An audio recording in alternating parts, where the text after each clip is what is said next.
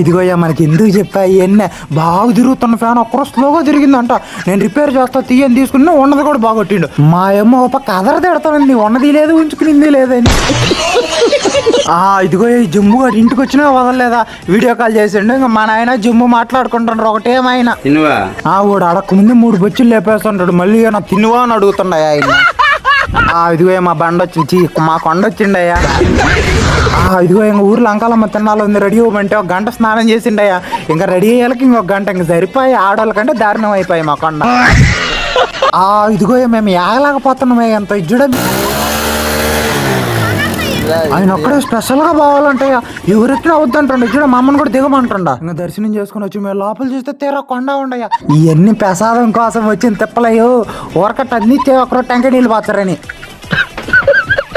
అంకాలమ్మ తినాలని చాలా గ్రాండ్ గా చేస్తారు, ప్రతి ఇయర్ చాలా మంది వస్తుంటారు. ఇవన్నిటికంటే ఫస్ట్ పిల్లలు ఎత్తుకొని ఏ పక్కకు పోవాలో చూసుకొని అడిగి తినాలయ్యా. ఇంకా తర్వాత ఇక్కడ కోలాటం పెట్టిండ్రు, చిన్న చిన్న పిల్లలు అందరూ చాలా బాగా వేసారు కోలాటం అయితే. వాళ్ళేదో పిల్లలు ఎగరడానికి పెడితే కొండ దిక్కుదుంపా అంట. ఇక మేము ఎక్కితే ఏమన్నా బతుకులు ఉండే దానికి. ఒక్కొక్కడు కింటా ఉంటే ఇంకా వాడు అన్ని నెత్తినేసుకొని పోవడమే.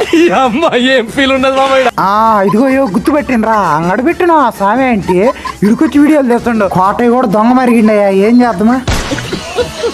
మా కొండ డ్యాన్స్ రిహార్సల్ ఫుల్ వీడియో రేపు పెడతా, అందులో అందరూ ఫాలో చేసుకొని సబ్స్క్రైబ్ చేసి పెట్టుకోండి.